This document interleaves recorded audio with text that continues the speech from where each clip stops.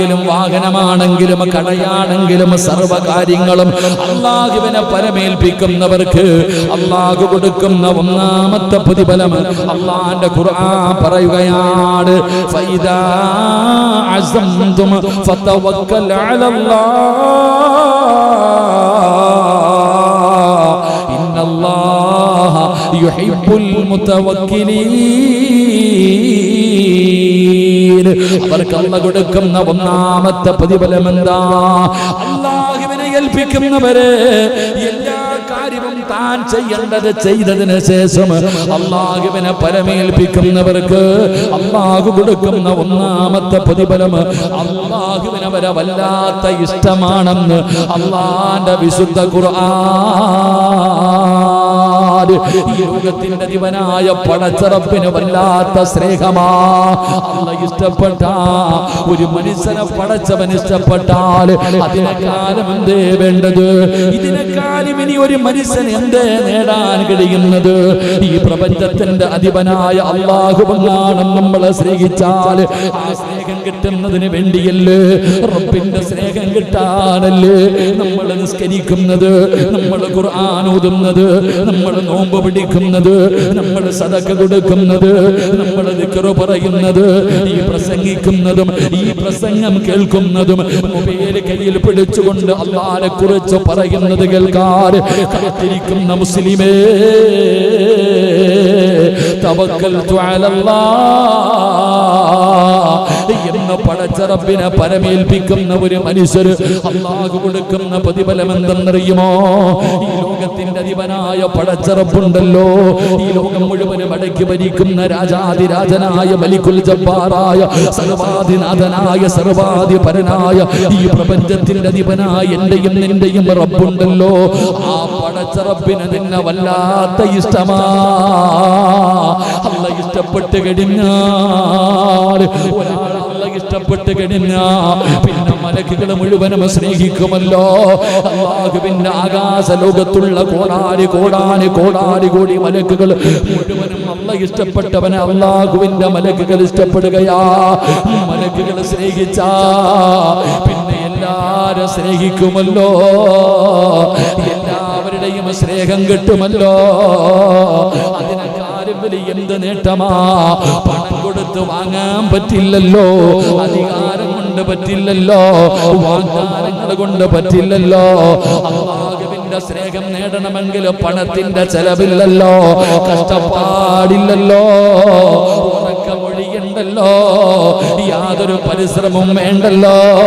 തന്റെ ജീവിതത്തിലെ ദുഃഖമാകട്ടെ സന്തോഷമാകട്ടെ രോഗമാകട്ടെ ദുരിതമാകട്ടെ പ്രശ്നമാകട്ടെ പ്രയാസമാകട്ടെ പ്രതിസന്ധിയാകട്ടെ തന്റെ ജീവിതത്തിൽ എന്തെല്ലാം കടന്നു വന്നാലും എന്ത് വിഷയമാണെങ്കിലും ഹസ്ബി അല്ലാഹ്, എന്റെ റബ്ബെനിക്ക് മതി, എന്റെ അല്ലാഹ് എന്റെ കൂടെയുണ്ടല്ലോ, എന്റെ റബ്ബന്റെ കൂടെയുണ്ടല്ലോ, പിന്നെ എന്തിനാ പേടിക്കുന്നത്? പിന്നെ എന്തിനാ പേടിക്കുന്നത്? അതുകൊണ്ട് മുസ്ലിമേ, അല്ലാഹുവിന്റെ ഖുർആൻ പറയുകയാണ്, അല്ലാഹുവിന്റെ ഖുർആൻ പറയുകയാണ്, ഫൈദാ അസംതും ഫതവക്കൽ അലല്ലാഹ് ഇന്നല്ലാഹ യുഹിബ്ബുൽ മുതവക്കിലീൻ. അല്ലാഹുവിന്റെ വിശുദ്ധമായ ഖുർആൻ പറയുകയാണ്, എന്ത് കാര്യവും അല്ലാഹുവിനെ ആര് പരമേൽപ്പിക്കുന്നുണ്ടോ ആ പരമേൽപ്പിക്കുന്നവൻ അല്ലാഹു കൊടുക്കുന്ന ഒന്നാമത്തെ പ്രതിഫലം അല്ലാഹു അവനെ ഇഷ്ടപ്പെടുമെന്ന് നബി മുഹമ്മദ് മുസ്തഫ. ഉറക്കെ നബി മുഹമ്മദ് മുസ്തഫ. അവിടെ ഉറങ്ങുവാണോടാ? നബി മുഹമ്മദ് മുസ്തഫ സല്ലല്ലാഹു അലൈഹി വസല്ലം. അല്ലാഹു നമുക്ക് ഈമാൻ നൽകി അനുഗ്രഹിക്കുമാറാകട്ടെ.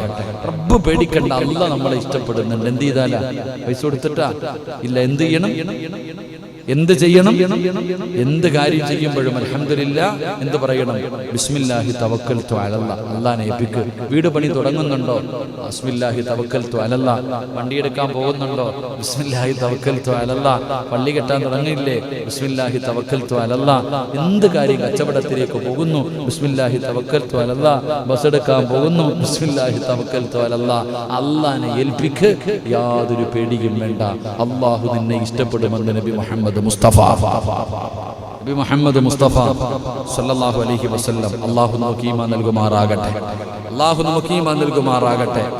2 വിശദീകരിക്കുന്നില്ല, 11 മണിക്ക് നിർത്തണം, വീട്ടിൽ പോകാനുള്ളതാണ്. ഉമ്മ ആശുപത്രി തന്നെ കിടക്കുക. അല്ലാഹു ആഫിയത്തും ദീർഘായുസ്സും കൊടുത്ത് അനുഗ്രഹിക്കുമാറാകട്ടെ. അല്ല, ഉമ്മ എന്ന് പറഞ്ഞ നമ്മുടെയൊക്കെ ജീവനല്ലേ, നമ്മുടെയൊക്കെ ഉമ്മമാരല്ലേ. അൽഹംദുലില്ലാഹ്. എത്രയൊക്കെ പറഞ്ഞാലും നമ്മുടെ ഉമ്മ, അല്ലാഹു അവർക്കൊക്കെ ദീർഘായുസ്സ് കൊടുക്കുമാറാകട്ടെ. എൻ്റെ ഒരു പ്രിയ സുഹൃത്തുണ്ട്, എൻ്റെ ഒരു പ്രിയ സുഹൃത്ത് വീരാജുപേട്ടയിലുള്ള സൂഫി ഹാജി എന്ന് പറയും. ഞാൻ കർണാടകയിൽ കുടകിൽ എവിടെ വഴുതിന് പോയാലും വരും കൂടെ. നല്ല സമ്പന്നന, അല്ലാഹു ഒരുപാട് സമ്പത്ത് കൊടുത്ത മനുഷ്യനാ. എല്ലാ സദസ്സിലും വരും, ലക്ഷങ്ങൾ കൊടുക്കും. ചോദിച്ചാൽ മതി.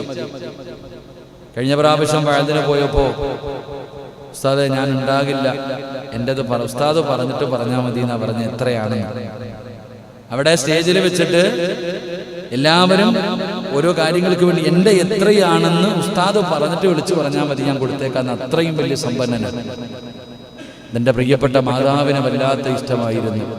അള്ളാഹുവെ, കുറച്ച് ദിവസങ്ങളായി നമുക്ക് സുഖമില്ല, ഹോസ്പിറ്റലിലാണ്. നല്ല ആരോഗ്യമുണ്ട്, സംസാരിക്കും. മംഗലാപുരത്ത് ഹോസ്പിറ്റലിൽ ഓക്സിജൻ കിട്ടാതെ വളരെ പ്രയാസത്തിലായിരുന്നു. ആ അദ്ദേഹത്തിൻ്റെ പ്രിയപ്പെട്ട ഉമ്മ അള്ളാഹുവിൻ്റെ വിധിക്ക് മുന്നിൽ തലതാഴ്ത്തി യാത്രയായി. അള്ളാഹു ആ ഉമ്മയ്ക്ക് മഗ്ഫിറത്തും റഹ്മത്തും നൽകി അനുഗ്രഹിക്കുമാറാകട്ടെ. അള്ളാഹു ഖബറിടം വിശാലമാക്കി കൊടുക്കുമാറാകട്ടെ. അള്ളാഹു അവർക്ക് എല്ലാവർക്കും ഈ ഉമ്മാനോട് വലിയ ഇഷ്ടമാണ്. സത്യം പറഞ്ഞാൽ ഈ പണക്കാരൊക്കെ പണം കൂടിക്കഴിഞ്ഞാൽ അള്ളാനെ മറക്കുന്നവരധികം പേരും. ആ വീട്ടിലെ സാധാരണ വാപ്പമാരൊക്കെ നല്ലവരാണെങ്കിലും വീട്ടിലെ മക്കൾ അത്ര നല്ലവരാവത്തില്ല. സത്യം പറഞ്ഞാൽ ആ വീട്ടിലെ പെൺകുട്ടികൾ തിങ്കളും വ്യാഴവും നോമ്പ് പിടിക്കും. എനിക്ക് അത്ഭുതമാണ്. അത്രയും വലിയ അനുഗ്രഹം അള്ളാഹു കൊടുത്തിട്ടും അദ്ദേഹത്തിന്റെ പെൺമക്കൾ എല്ലാ തിങ്കളും വ്യാഴവും നോമ്പ് പിടിക്കും. അത് അത്രയും നല്ല രീതിയിൽ അള്ളാഹു ആ മക്കൾക്ക് നല്ല ജീവിതം കൊടുത്ത് അനുഗ്രഹിക്കുമാറാകട്ടെ. അദ്ദേഹത്തിന്റെ പ്രിയപ്പെട്ട മകൻ ചെറിയൊരു പ്രയാസത്തിൽ പെട്ടുകിടക്കുകയാണ്.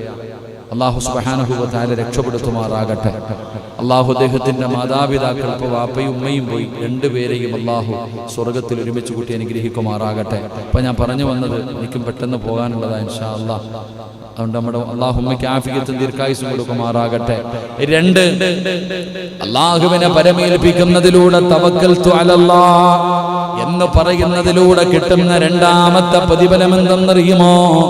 രണ്ടാമത്തെ പ്രതിഫലം എന്തെന്നറിയുമോ? വമൻ യതവക്കൽ അലല്ലാഹി ഫഹുവ ഹസ്ബു ഇന്നല്ലാഹ ബാലിഗു അംരിഹി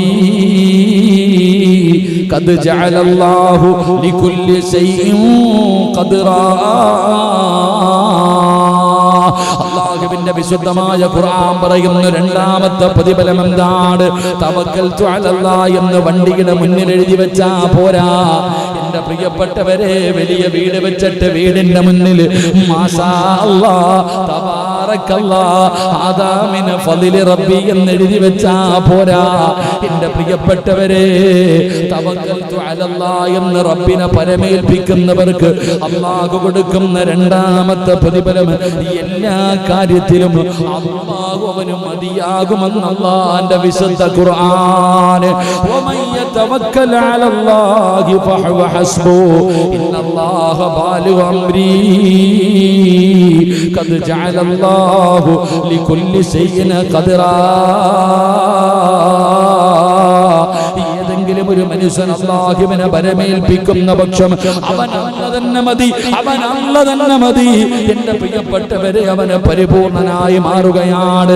എന്റെ പ്രിയപ്പെട്ടവരെ, അവന്റെ എല്ലാ കാര്യങ്ങളും അല്ലാഹു ഏറ്റെടുത്തിരിക്കുകയാണ്. എന്തിനാ പേടിക്കുന്നത്?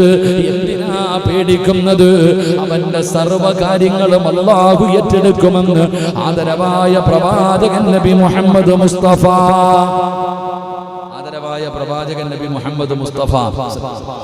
പൊന്നാര ചങ്ങാതി, തവക്കൽതു അലല്ലാഹ് എന്ന് പറഞ്ഞ അള്ളാഹിനെ ഏൽപ്പിച്ച പിന്നെ നീ എന്തിനാ പേടിക്കണേ? എന്റെ കാര്യങ്ങൾ ഞാൻ അള്ളാഹുവിനെ ഏൽപ്പിച്ചു കഴിഞ്ഞാൽ അത് അള്ളാഹിനെ ഏൽപ്പിച്ചു കഴിഞ്ഞ് നീ എന്താ എനിക്ക് ബേജാറ്? എന്റെ മകള് പ്രായപൂർത്തിയായി, വിവാഹപ്രായമായി, അൽഹംദുലില്ലാഹ് അള്ളാഹിനെ ഏൽപ്പിച്ചിട്ടുണ്ട്, എന്തിനാ പേടിക്കണേ? എൻ്റെ കാര്യങ്ങളും നമ്മൾ ചെയ്യാനുള്ളത് ചെയ്യണം. അത് നമ്മൾ വ്യക്തമായി കേൾക്കേണ്ടത്. ചുമ്മാതെ വീടിനകത്തിരുന്നിട്ട് 18 വയസ്സായി 19 വയസ്സായി ഇരിക്കുക, പെണ്ണുമ്പിള്ള ചോദിക്കുന്ന കാക്ക മോളെ കെട്ടിക്കണ്ട, ഓ അല്ലാഹ് നോക്കിക്കോളൂ, അല്ലാഹ് നോക്കിക്കോളൂ, ആകാശത്ത് നോക്കി നടക്കാറല്ല പറഞ്ഞത്. നമ്മൾ ചെയ്യേണ്ടത് നമ്മൾ ചെയ്യണം. എൻ്റെ പ്രിയപ്പെട്ടവരെ, അള്ളാനെ ഏൽപ്പിച്ചു കഴിഞ്ഞാൽ വീടിന്റെ പണി തുടങ്ങി, അൽഹംദുലില്ലാ ഉള്ളതൊക്കെ കൊണ്ട് തുടങ്ങി. പക്ഷെ പൈസയ്ക്ക് പ്രതിസന്ധി വരുമ്പോ ലോൺ എടുക്കാൻ പോയില്ല. പൈസയ്ക്ക് പ്രതിസന്ധി വരുന്ന സമയത്ത് പണയം വെക്കാൻ പോയില്ല. അല്ലാഹ് തരും, വെയിറ്റ് ചെയ്യും. തവക്കൽതു അലല്ലാഹ് ഏൽപ്പിച്ചിട്ടുണ്ടല്ലോ, അല്ലാഹ് എന്നെ കൊണ്ടുതരും. അല്ലാഹു നമുക്ക് ഈമാൻ നൽകുമാറാകട്ടെ. മഹാനായ പ്രവാചകൻ സല്ലല്ലാഹു അലൈഹി വസല്ലമ തങ്ങൾ പറയുകയാണ്, ഏറ്റവും വലിയ ഒരു ചരിത്രം, എന്ത് തടസ്സമാണെങ്കിലും നിങ്ങൾ മനസ്സിലാക്കുക, അല്ലാഹനെ ഏൽപ്പിച്ചു കഴിഞ്ഞാൽ അല്ലാഹ് തട്ടിമാറ്റി തരും സർവ്വതും. എന്ത് പ്രയാസമാണോ എന്താണോ ഇപ്പൊ തന്നെ ഈ എന്തിനിപ്പോ നമ്മൾ കൂടുതൽ വഴുതു പറയണേ, നിങ്ങളോട് ഞാൻ എന്തിനാ പറയണേ, ഈ ചങ്ങാതിമാരൊക്കെ ഈ പള്ളി കെട്ടണ വിഷയമായിട്ടൊക്കെ എന്തൊക്കെയായിരുന്നു, ബദറും ഉഹദും ഹന്തക്കും ഹൈബറും തബൂക്കൊക്കെ എല്ലായിരുന്നു, എന്തൊക്കെ തടസ്സങ്ങളായിരുന്നു. പക്ഷെ എവിടെ പോകുമ്പോഴും അല്ലാഹ് ഒരു വഴി കാണിച്ചു കൊടുക്കുന്നു, അല്ലാഹു ഒരു വഴി തുറന്നു കൊടുക്കുന്നു. ഏതൊരു വിഷയത്തിലാണെങ്കിലും നിങ്ങളൊക്കെ പിന്നെ പറഞ്ഞു തരണ്ട, നിങ്ങൾക്ക് പിന്നെ ശത്രുക്കളെ ഇല്ലല്ലോ, നിങ്ങൾക്ക് പിന്നെ അങ്ങനത്തെ കുഴപ്പമൊന്നുമില്ല. എല്ലാവരും ഈ ചിരി ഉണ്ടെങ്കിൽ പിന്നെ എന്തിനാ പേടിക്കണേ അല്ലേ? എൻ്റെ പ്രിയപ്പെട്ടവരെ, അല്ലാഹു നമുക്ക് എല്ലാ വഴികളും തുറന്നു തരും. അല്ലാഹനെ ഏൽപ്പിച്ചു കഴിഞ്ഞാൽ ഒരു ഭയവും നമുക്ക് വേണ്ട. അതിന് ഏറ്റവും വലിയ തെളിവ് മഹാനായ ഖലീലുല്ലാഹി ഇബ്രാഹിം നബി അലൈഹിസ്സലാം. ഇബ്രാഹിം നബി അലൈഹിസ്സലാമിനെ നമ്രൂദിന്റെ അനുയായികൾ പിടിച്ചുകൊണ്ടുവന്നിട്ട് തീക്കുണ്ടാരത്തിലേക്ക് വലിച്ചെറിയാൻ നിർത്തിയിരിക്കുമ്പോഴും എവിടെ അമ്പും വില്ലും തയ്യാറാക്കിയിട്ട് നിർത്തിയിരിക്കുക ഇബ്രാഹിം നബിയെ എഴുതങ്ങിട്ട് വിടാൻ. ആ നിർത്തിയിരിക്കുന്ന സമയത്താ പറയുന്നത് ഹസ്ബിയല്ലാഹ് വ നിഅമൽ വകീൽ, ഹസ്ബുനല്ലാഹ് വ നിഅമൽ വകീൽ. എന്താ ഇല്ലേ? ജിബ്രീൽ അലൈഹിസ്സലാം എന്നിട്ടാ പറയണേ, രക്ഷപ്പെടുത്തട്ടെ, പൊക്കോ നിന്റെ കാര്യം നോക്കി. ജിബ്രീൽ അലൈഹിസ്സലാമിനോട് പറയാ, നബിയെ രക്ഷപ്പെടുത്തട്ടെ, നബിയെ നിങ്ങൾ പോ ചങ്ങായി, അല്ലാഹ് ഉണ്ടല്ലോ എന്റെ റബ്ബുണ്ടല്ലോ എന്നെ നോക്കാൻ, നീ എന്തിനാ ഭയപ്പെടുന്നേ? ഹസ്ബുനല്ലാഹു നിഅമൽ വകീൽ. എന്റെ പ്രിയപ്പെട്ട സഹോദരങ്ങളെ, നിങ്ങൾ നോക്ക്, എനിക്ക് അല്ലാഹ് മതി, ഞാൻ അല്ലാഹനെ ഏൽപ്പിച്ചിരിക്കല്ലേ. കരിയാൻ വിധിയുണ്ടെങ്കിൽ കരിയട്ടെ, അതിനകത്ത് പോയി കടന്ന് അവസാനിക്കാനാണ് എന്റെ വിധിയെങ്കിൽ അല്ലാഹ് തീരുമാനിച്ചതല്ലേ. അവിടെ നാ ഒരു മനസ്സ് കാണിച്ചപ്പോൾ അല്ലാഹുവിന്റെ ഇടപെടലുണ്ടായി. എന്റെ പ്രിയപ്പെട്ടവരെ, ആകാശ ലോകത്ത് നിന്ന് ഇറങ്ങി വന്നു സഹായം. ആ ഒരൊറ്റ വാക്ക് ജിബ്രീൽ അലൈഹിസ്സലാം വരെ വന്നപ്പോ എന്റെ റബ്ബിനറിയാ എന്നെ രക്ഷപ്പെടുത്താൻ എന്റെ റബ്ബുണ്ടല്ലോ. ഹസ്ബുനല്ലാഹു നിഅമൽ വകീൽ, നിഅമൽ മൗലാ വ നിഅമൻ നസീർ. ഇബ്രാഹിം നബി അലൈഹിസ്സലാം ആ നമ്രൂദിന്റെ കഠാരമായ തീകുണ്ടാരത്തിലേക്ക് വലിച്ചെറിയാൻ അവിടുന്ന് തയ്യാറെടുക്കുന്ന സമയത്തല്ലേ പറഞ്ഞത്. അപ്പോഴാണ് ഏഴാകാശം കടന്ന് അല്ലാഹുവിന്റെ ഭാഗത്ത് നിന്ന് സഹായം വരുന്നത്. ഖുൽയാ നാറു കുനീ ബർദൻ വസലാമൻ അലാ ഇബ്രാഹിം. ആകാശത്തുകൂടെ അതിന്റെ മുകളിലൂടെ പറന്നു പോകുന്ന പറവകൾ പോലും കരിഞ്ഞു വീഴുന്ന രീതിയിൽ ഭയാനകമായ തീക്കുണ്ടാരമുണ്ടാക്കി. ആ തീക്കകത്തേക്ക് വലിച്ചെറിഞ്ഞ ഇബ്രാഹിം നബിയുടെ ശരീരത്തിലെ ഒരു രോമം കരിഞ്ഞില്ലല്ലോ മുസ്ലിമേ. ഇബ്രാഹിം നബി അലൈഹിസ്സലാമിന്റെ ശരീരത്തിൽ ഒരു രോമം പോലും കരയാതെ എന്റെ പ്രിയപ്പെട്ടവരെ അതിനകത്ത് ഉല്ലാസ യാത്രയ്ക്ക് പോയിട്ട് തിരിച്ചു വരുന്നവനെ പോലെ മാസങ്ങൾ കഴിഞ്ഞപ്പോ 40 ദിവസം കഴിഞ്ഞപ്പോ ഇബ്രാഹിം നബി അതിനകത്ത് നിന്ന് എഴുന്നേറ്റ് വന്ന ചരിത്രം കഥയല്ല, ഖുർആൻ പറയുകയാ. ഖുർആൻ പറഞ്ഞതല്ലേ, ഖുൽയാ നാറു കുനീ ബർദൻ വസലാമൻ അലാ ഇബ്രാഹിം. കത്തിക്കൊണ്ടിരിക്കുന്ന തീക്കകത്തിനോട്, ആ തീയോടാണ് പടച്ച റബ്ബ് പറയുന്നത്, തീയേ ഇബ്രാഹിമിന് തണുപ്പും സമാധാനമായിരിക്കണം. എന്റെ പ്രിയപ്പെട്ടവരെ, അവിടെ നിന്ന് ചൂടിന് ചൂട്, തണുപ്പിന് തണുപ്പ്, സമാധാനം വർത്തമാനത്തിന് സമാധാനം അല്ലാഹു കൊടുത്തത്. അതുകൊണ്ടാണ് തവക്കൽതു അലല്ലാഹ് എന്ന് പറഞ്ഞു കഴിഞ്ഞാ പിന്നെ റബ്ബ് മതിയല്ലോ. ആരെന്തു പറയട്ടെ, അല്ലാഹുവിന്റെ പ്രവാചകന്റെ പ്രിയപ്പെട്ട ഭാര്യയായ ആയിഷ ബീബി റളിയല്ലാഹു തആല ഒരു നാട് മുഴുവനും വ്യഭിചാരി എന്ന് വിളിച്ചപ്പോ, തെറ്റുകാരി എന്ന് വിളിച്ചപ്പോ, അവസാനം തന്റെ വീടിന്റെ അകത്ത് വന്ന് കരഞ്ഞു വിളിച്ചുകൊണ്ട് ആയിഷ ബീബി റളിയല്ലാഹു തആല ദിവസങ്ങളോളം നാട്ടുകാരും മാതാപിതാക്കളും വരെ എല്ലാവരും മിണ്ടാതിരിക്കുകയാണ്, എല്ലാവരും കൈയൊഴിഞ്ഞിരിക്കുകയാണ്. ആയിഷ ബീവിക്ക് ആരുമില്ല, ആയിഷ ബീവിക്ക് ആരുമില്ല. എല്ലാ ദിവസവും സുബഹി നമസ്കാരം കഴിഞ്ഞ് വീടിന്റെ ജനലിലൂടെ അല്ലാഹുവിന്റെ റസൂല് വരുന്നുണ്ടോ, തന്റെ പ്രിയപ്പെട്ട ഭർത്താവ് വിളിക്കാൻ വരുന്നുണ്ടോ, ആയിഷ ബീവി കാത്തിരിക്കുകയാ. ഒരു ദിവസം അതാ വരുന്നു അസ്റഫുൽ ഖൽഖ് നബി മുഹമ്മദ് മുസ്തഫ, തന്റെ പ്രിയപ്പെട്ട ഭർത്താവായ നബി കേറി വരുന്നത് കണ്ടപ്പോ ആയിഷ ബീവി റളിയല്ലാഹു തആല ഓടിച്ചെന്ന് കെട്ടിപ്പിടിക്കുകയാ, ഓടിച്ചെന്ന് കെട്ടിപ്പിടിക്കുകയാ. യാ റസൂലല്ലാഹ്, അല്ലാഹുവിന്റെ നബിയേ, ജിബ്രീൽ വന്നോ നബിയേ, ഞാൻ നിരപരാധിയാണെന്ന് അല്ലാഹ് പറഞ്ഞോ നബിയേ. ആയിഷ ബീവി റളിയല്ലാഹു തആല അല്ലാഹുവിന്റെ റസൂലിനോട് ചോദിക്കുകയാണ്, ആയിഷ നീ നിരപരാധിയാണെന്ന് ജിബ്രീൽ വന്നു. ആയിഷ, അല്ലാഹുവിന്റെ ഖുർആനിൽ ആയത്തിറങ്ങി, അല്ലാഹുവിന്റെ ഖുർആനിൽ ആയത്തിറങ്ങി. ആയിഷ ബീവി റളിയല്ലാഹു തആല ചിരിക്കുന്ന മുഖത്തോടെ പറഞ്ഞു, നബിയേ എനിക്കുറപ്പായിരുന്നു നബിയേ അല്ലാഹുവിന്റെ സഹായം വരുമെന്ന്, ജിബ്രീൽ വരുമെന്ന്, ഖുർആനിൽ ആയത്തിറങ്ങുമെന്ന്, ഞാൻ നിരപരാധിയാണെന്ന് എന്റെ റബ്ബ് പറയുമെന്ന് എനിക്കുറപ്പായിരുന്നു നബിയേ. ആയിഷ, ഇത്ര ഉറപ്പെന്ത്? എങ്ങനാ നീ ഇത്രയും ദിവസം കഴിഞ്ഞത്? എങ്ങനെയാ നിനക്ക് സമാധാനം കിട്ടിയത്? യാ റസൂലല്ലാഹ്, സുജൂദിൽ കിടന്ന് പറഞ്ഞതെന്തെന്നറിയുമോ? ഹസ്ബുനല്ലാഹ്, ഹസ്ബുനല്ലാഹ്,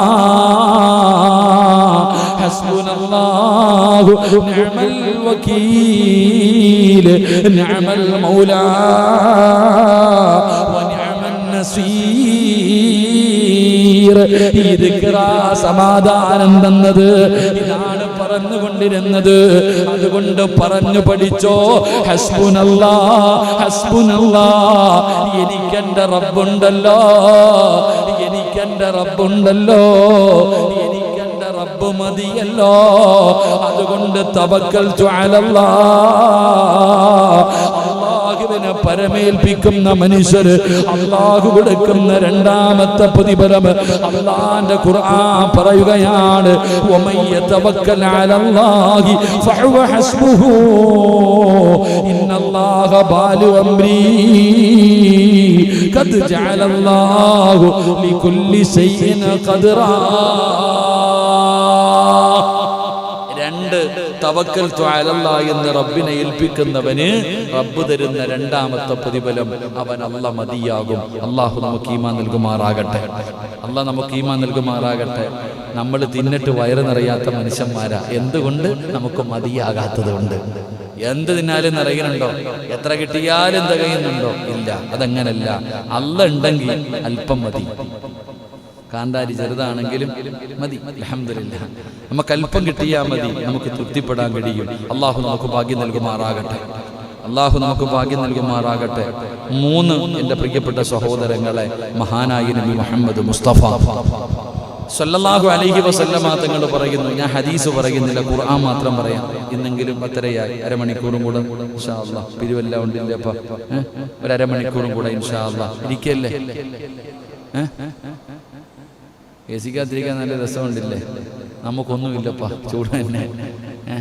ഇത് ഈ പാലത്തിന് ഇത്രയും വരെ നീട്ടം ഉണ്ടായിരുന്നെങ്കിൽ പഠിച്ചാൽ, ഈ പാലം ഇവിടെ വരെ നീട്ടാൻ പറ്റിയിരുന്നെങ്കിൽ കേട്ടാ, ഈ ഫാനെങ്കിലും ഒന്നുള്ളൂ. ഞങ്ങൾ ഒന്ന് നീട്ടണം മെമ്പർ കേട്ടോ. നിങ്ങളൊക്കെ വിചാരിച്ചാൽ പാലം നീട്ടാൻ പറ്റില്ലേ? പടച്ചൊരു സിറാത്ത് പാലം പോലെ തൂക്കുപാലം പോലെ തൂക്കിയിട്ടിരിക്കുക. ശരി, ഉച്ച സമയത്ത് കയറി ഇരിക്കണം തൂക്കുപാലത്തിന്റെ പവർ അറിയാൻ. ഇപ്പോ നല്ല തണുപ്പുണ്ടില്ലേ? എങ്കിൽ ലോഹറിന് പള്ളി വന്നിരുന്ന് നോക്കണം. ജുമായക്കൊക്കെ വന്നിരിക്കുന്ന സമയത്ത് ഈ പാലത്തിന്റെ ചൂടറിയാം. ആ സമയത്ത് അള്ളാഹു നമ്മുടെ സിറാത്ത് എന്ന് പറയുന്ന പാലം അള്ളാഹു രക്ഷപ്പെടുത്തുമാറാകട്ടെ. അള്ളാഹു രക്ഷപ്പെടുത്തുമാറാകട്ടെ. 3 സ്വലാത്ത് സ്വല്ലല്ലാഹു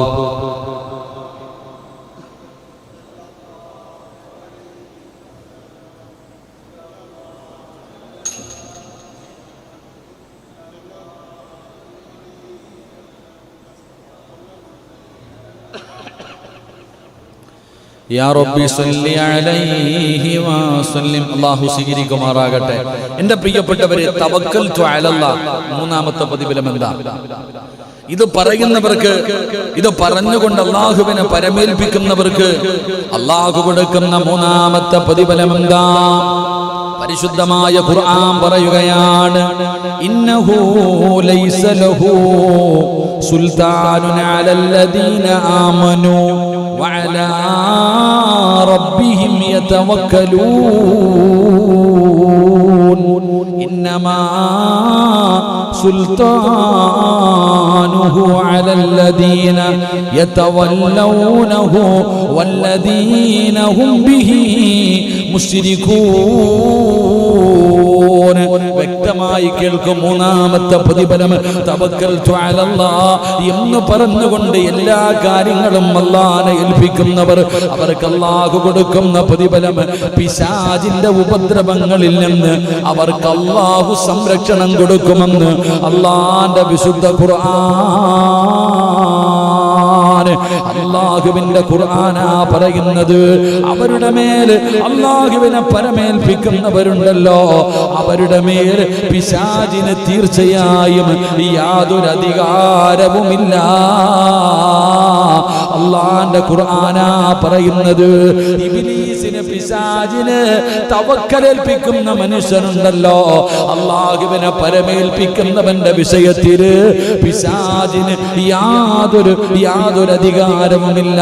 അവന്റെ അധികാരം അവനെ രക്ഷാധികാരിയാക്കിയവരുടെ അല്ലാഹുവിനോട് പങ്കു ചേർക്കുന്നവരോടാ.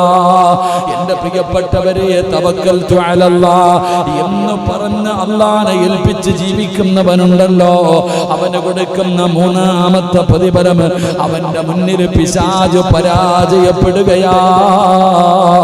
പിശാചിന്റെ ഉപദ്രവം അവന് ഏൽക്കില്ലെന്ന് ആദരവായ പ്രവാചകൻ നബി മുഹമ്മദ് മുസ്തഫ.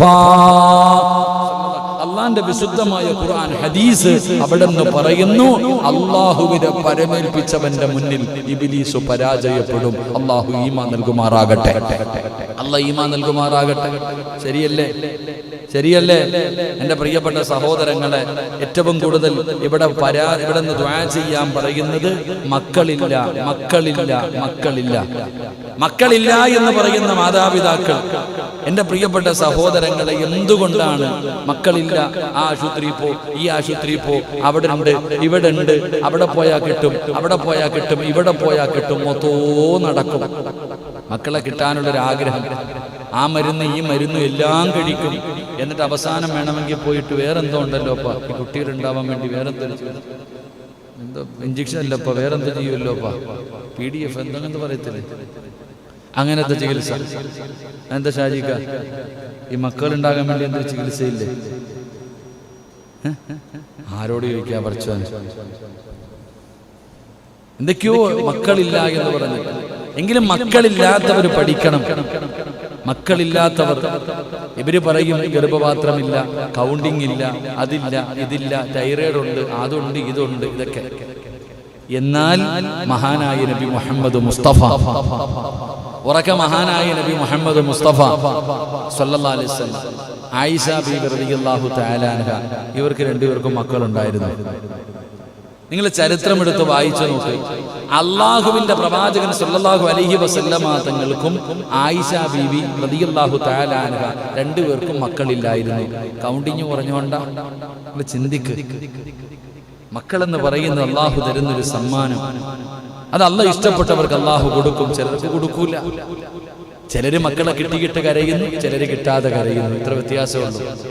എന്റെ പ്രിയപ്പെട്ടവരെ, ഓരോരുത്തരും ദുആ ചെയ്യാൻ, ഇപ്പൊ ഇവിടുത്തെ നിങ്ങൾ തന്നെ ദുആ ചെയ്യുന്ന സമയത്ത് നിങ്ങൾ ശ്രദ്ധിക്കുക. ഉസ്താദെ 15 കൊല്ലമായി, 10 കൊല്ലമായി, 8 കൊല്ലമായി, 6 കൊല്ലമായി മക്കളില്ല, ദുആ ചെയ്യും. ഉസ്താദെ മക്കൾ നന്നാകാൻ വേണ്ടിയും ദുആ ചെയ്യും. രണ്ടും ഉണ്ടല്ലോ. നമ്മൾ മനസ്സിലാക്കേണ്ടത്, എന്റെ പ്രിയപ്പെട്ട സഹോദരങ്ങൾ, നിങ്ങൾ അള്ളാഹുവിൽ തവക്കൽ ഏൽപ്പിക്കുക. എന്തിനാ നിങ്ങൾ പേടിക്കണേ? അവിടെ ഇവിടെയും പോയി മന്ത്രവാദം വരെ ചെയ്യുന്നവരുണ്ട് ഇതൊക്കെ വേണ്ടി. അവിടെ പോയാ ആ സ്വാമി എടുത്തു പോയാ, അന്നടുത്ത് പോയാ എല്ലാം കിട്ടും, അങ്ങനെ കുറെ എണ്ണം. അള്ളാഹുവിനെ പരമേൽപ്പിക്കൂ സഹോദര. അള്ളാഹിനെ ഏൽപ്പിച്ചു കഴിഞ്ഞാൽ പടച്ച റബ്ബ് നിങ്ങളെ രക്ഷപ്പെടുത്തും. നിങ്ങൾക്ക് അല്ലാഹ് തരും. ഏറ്റവും കൂടുതൽ നിരാശയാ മക്കളില്ലാത്തതിന്റെ കാരണം ഒന്ന്, നിരാശ ജീവിതത്തിൽ ഇനി ഉണ്ടാകില്ല എന്നുള്ള. എല്ലാരും വിചാരിച്ചിരിക്കുന്നത് മക്കളില്ല എന്ന് പറയുന്നവരുടെയൊക്കെ എത്ര വയസ്സായി? 28 വയസ്സായി, 30 വയസ്സായി. എന്താ 30 വയസ്സുള്ളവർ പ്രസവിക്കൂലേ? അതാ ചിന്തിക്കണ്ടേ. എടാ 58 60 വയസ്സുള്ളവർ പ്രസവിക്കണില്ലേ? എന്റെ പ്രിയപ്പെട്ടവരെ, നമുക്ക് ധൃതിയാണ്. അള്ളാഹുവിനോട് പശ്ചാത്തപിച്ചു മടങ്ങി അള്ളാഹു നമ്മളോട് കരുണ കാണിക്കുന്നതിന് വേണ്ടി നല്ല കാര്യങ്ങൾ ചെയ്യുക. അതാ നല്ല കാര്യങ്ങൾ ചെയ്യുക. ഇസ്തിഗ്ഫാറുകൾ അധികമായിട്ട് പറയുക.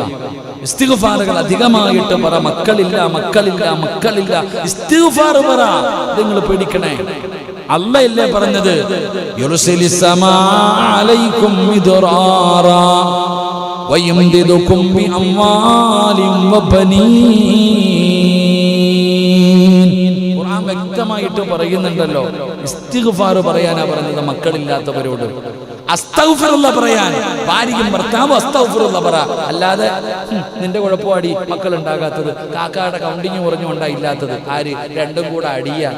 പെണ്ണിന്റെ വീട്ടുകാർ, പയ്യന്റെ വീട്ടുകാർ പറയും അവള് പ്രസവിക്കത്തൊന്നുമില്ലടാ, എടാ ഒഴിവാക്കിയിട്ട് വേറെ കെട്ടടാ.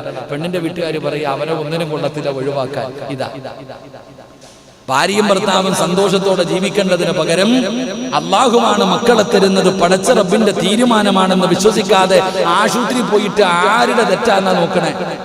എന്റെ പെണ്ണുങ്ങൾ പറയണത് എനിക്കൊരു കുഴപ്പമില്ല, ഇക്കാടെ കുഴപ്പമാണ്. ഇവളാരാ? അള്ളായാ? നമ്മൾ ചിന്തിക്കേണ്ടത്, പെണ്ണുങ്ങൾ പറയുന്നത് എനിക്കൊരു കുഴപ്പമില്ല, ഇക്കാടെ കുഴപ്പം. ഭർത്താവ് പറയുന്നത് എനിക്കൊരു കുഴപ്പമില്ല, ഭാര്യയുടെ കുഴപ്പം. പെണ്ണിന്റെ വീട്ടുകാരെന്താ പറയണത്? ഓന് മക്കളുണ്ടാവില്ല, അവന്റെ പരമ്പര എങ്ങനെ, നമുക്ക് വേറെ നോക്കാം, ഒഴിവാക്ക്. പയ്യന്റെ വീട്ടുകാർ പറയുന്നത് ഓള് പ്രസവിക്കും, ആലോചിക്കും. എന്നാ ഇനി ഇവർ രണ്ടുപേരും കൂടെ ബെഡ്റൂമിൽ കയറിയാലോ സമാധാനമില്ല. ശോകഗാനം, അവാർഡ് പടം പോലെയാ, അങ്ങോട്ടും ഇങ്ങോട്ടും. എന്താ ഇപ്പൊ അവസ്ഥ? എന്നാ സന്തോഷത്തോടെ ജീവിക്കാൻ എന്തിപ്പാ നല്ല പരിപാടിയാട്ടോ. പ്രസംഗിക്കുന്ന ഉസ്താദിനൊന്നുമില്ല, കേൾക്കുന്നവർക്ക് ചായയും കടിയും കേൾക്കും. പിന്നെ നമുക്ക് ഉണക്ക പൊറോട്ട ഇരുന്നോ.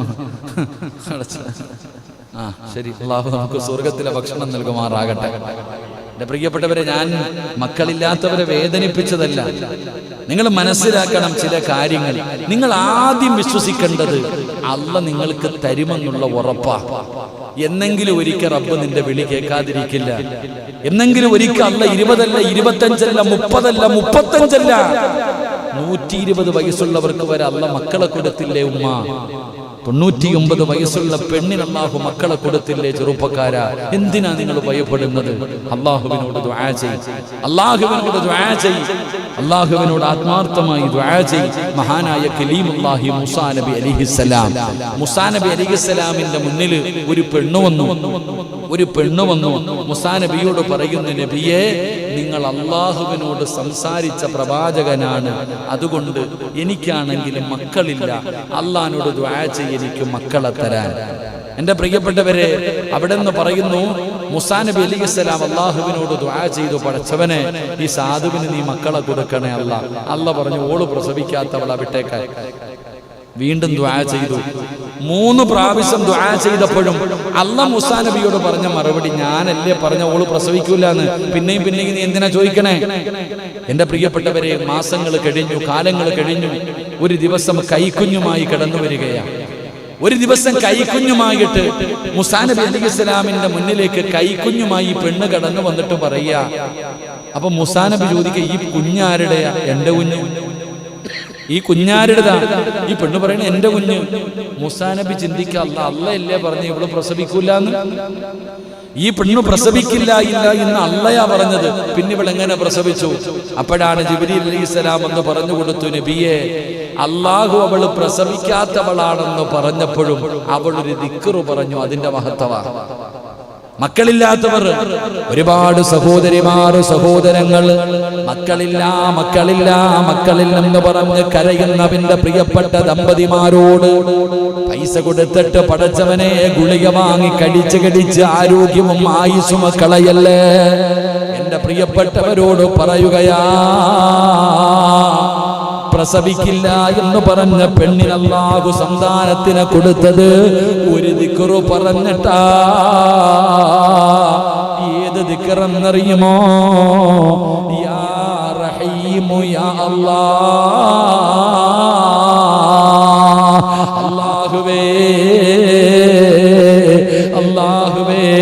അല്ലാഹുവിന്റെ 99 പേരുകളിൽ ഒരു പേരല്ലേ അല്ലാഹുവേ.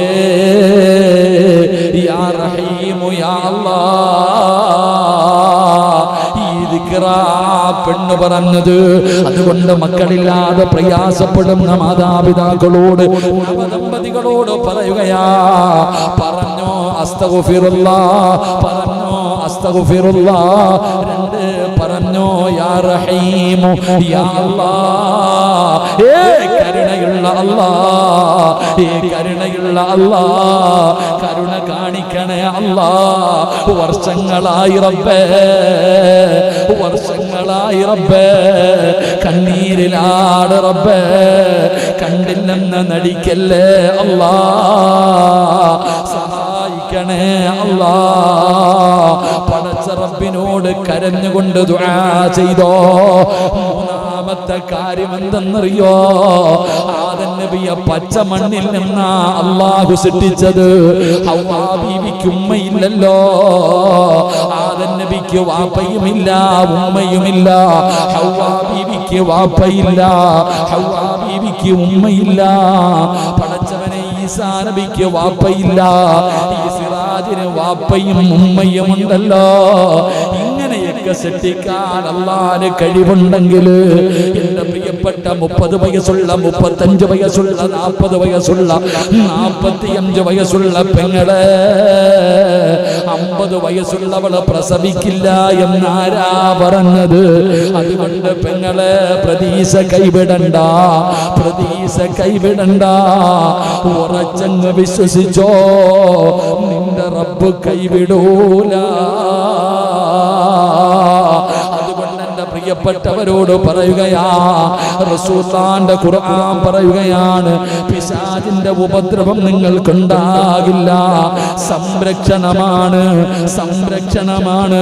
തവക്കൽതു അലല്ലാഹ്. വീടിന് സംരക്ഷണമാ, സമ്പത്തിന് സംരക്ഷണമാ, ജോലിക്ക് സംരക്ഷണമാ, വാഹനത്തിന് സംരക്ഷണമാ, നിന്റെ സ്ഥാപനത്തിന് സംരക്ഷണമാ, നിന്റെ ജീവിതത്തിന് സംരക്ഷണമാ. ഇബ്ലീസിന് നിന്റെ വീടിന്റെ അകത്ത് പ്രവേശനമില്ല, നിന്റെ ജീവിതത്തിൽ പ്രവേശനമില്ല. അവന്റെ ഒരു കളിയും നിന്റെ അടുക്കൽ നടക്കില്ലെന്ന് അല്ലാഹുവിന്റെ വിശുദ്ധ ഖുർആൻ. അതുകൊണ്ട് പ്രിയപ്പെട്ടവരോട് പറയുകയാണ്, ഖുർആനാ പറയുന്നത്, അല്ലാഹുവാ പറഞ്ഞത്. ശൈത്താനിന്റെ ശർറ് നിനക്ക് ബാധിക്കൂല, അവന്റെ ഒരു ഉപദ്രവം നിനക്കുണ്ടാകില്ലെന്ന് അല്ലാഹുവിന്റെ വിശുദ്ധ ഖുർആൻ.